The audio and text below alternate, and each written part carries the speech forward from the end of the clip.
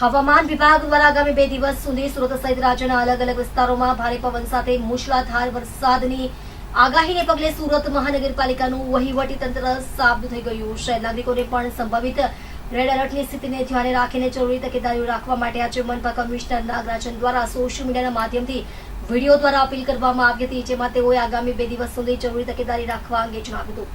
બંગાળની ખાડીમાં સર્જાયેલ deep depression હાલ ધીરે ધીરે આગળ વધી રહ્યું છે, જેને પગલે હવામાન વિભાગ દ્વારા સુરત સહિત વિસ્તારોમાં આગામી 2 દિવસ સુધી ભારે પવન સાથે સાંભેલાધાર વરસાદની આગાહી કરવામાં આવી છે. આ સ્થિતિને ધ્યાનમાં રાખીને મનપાનું વહીવટી તંત્ર વધુ એક વખત એલર્ટ મોડમાં આવી ગયું છે. ભારે વરસાદની સ્થિતિ વચ્ચે શાન નીચાણવાળા વિસ્તારોમાં વસવાટ કરતા નાગરિકોને સુરક્ષિત સ્થળે ખસેડવા માટેની પણ તૈયારીઓ શરૂ કરી દેવામાં આવી છે.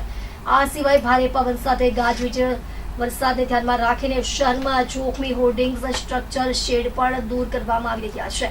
આ સિવાય શહેરના તમામ ઝોન વિસ્તારોમાં આવેલ કન્સ્ટ્રક્શન સાઇટ પર પણ શ્રમિકોને જરૂરી સુવિધાઓ પૂરી પાડવાની સાથે કામગીરીને સેફ સ્ટેજ પર લઈ જવા માટે બિલ્ડર્સને તાકીદ કરવામાં આવી છે. સોશિયલ મીડિયાના માધ્યમથી આજે મ્યુનિસિપલ કમિશનર નાગરાજન દ્વારા નાગરિકોને જરૂરી સૂચનો આપતા વધુમાં જણાવ્યું હતું કે શહેરમાં આવેલ હાઈમાસ્ટ લાઇટો હાલમાં લેવલ ડાઉન કરવાની સૂચના આપી દેવામાં આવી છે અને એસડીઆરએફ, એનડીઆરએફની ટીમો પણ તૈનાત કરવામાં આવી છે. સુરત શહેરના તમામ નાગરિકજનને જણાવવાનું કે 30 તારીખ અને 31 તારીખનું જે હવા જોરદાર હવા સાથેનું ભારે વરસાદની આગાહી જે આપવામાં આવેલી છે, એના તકેદારીના ભાગરૂપે સુરત મહાનગરપાલિકાની ટીમ જિલ્લા કલેક્ટરશ્રી અને પોલીસ કમિશનરશ્રીના કચેરીના સંકલનથી પૂરેપૂરું તૈયારીની સ્થિતિમાં આવી ગઈ છે. તમામ લો લાઇંગ વિસ્તારમાં જે છે આજે તકેદારીના ભાગરૂપે એવેક્યુએશન પણ કરવામાં આવશે અને લોકોને લો લાઇંગ વિસ્તારમાં રહેતા લોકોને સુરક્ષિત જગ્યાએ ખસેડવામાં આવશે. એમને તમામ સુવિધાઓ પણ આપવામાં આવશે. એની સાથે સાથે આ વખતની આગાહીમાં ભારે સ્પીડથી પવન આવવાની પણ શક્યતા છે. તો એના લીધે હોર્ડિંગ્સ અને જે સ્ટ્રક્ચર છે, શેડ છે, એવાને પણ તકેદારીના ભાગરૂપે કઢાવવા માટે ઝુંબેશ અત્યારે ચાલી રહ્યું છે. કન્સ્ટ્રક્શન સાઇટ ઉપર જે તકેદારી કરવાનું છે, ત્યાંના વ્યવસ્થાઓ, ત્યાંના મશીનરી છે, એને સેફ સ્થિતિમાં લાવવાનું પણ સૂચનાઓ તમામ બિલ્ડર્સને આપવામાં આવેલી છે. એ સિવાય હાઈ માસ્ટ જે લાઇટ્સ છે એને પણ લેવલ ડાઉન કરવા માટેનું પણ એલાયદી સૂચના આપવામાં આવેલી છે. એસડીઆરએફ અને એનડીઆરએફની ટીમ્સ પણ તૈનાત છે અને આજે બપોર પછી તમામ જે ટીમ્સ છે એમને ફોરવર્ડ ડિપ્લોયમેન્ટ પોઝિશનમાં પણ પહોંચી જશે.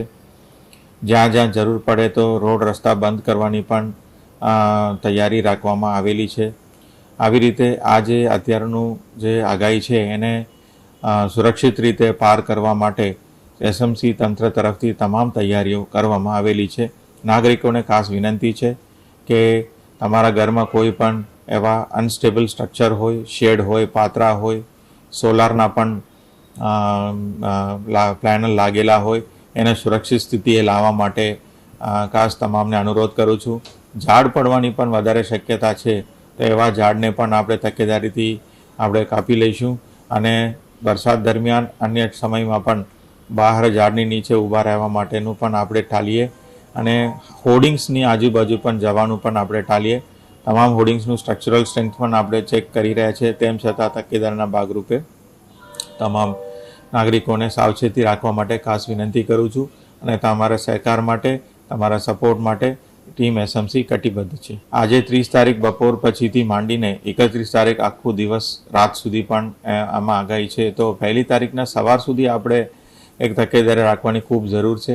અત્યારે જે ડીપ ડિપ્રેશન જે આવી રહ્યું છે બે ઓફ બેંગાલ તરફથી, એ હજી સુધી આપણે બાજુમાં નજીક પહોંચ્યું નથી. એનું વલણ કેવું છે, કઈ દિશામાં આગળ વધે છે, એનું પણ દર કલાકે, દર અડધા કલાકે પણ અમે મોનિટરિંગ કરી રહ્યા છીએ અને હવામાન વિભાગ સાથે અને સ્ટેટ એમરજન્સી ઓપરેશન સેન્ટર સાથે સંકલનમાં કામગીરી ચાલુ છે.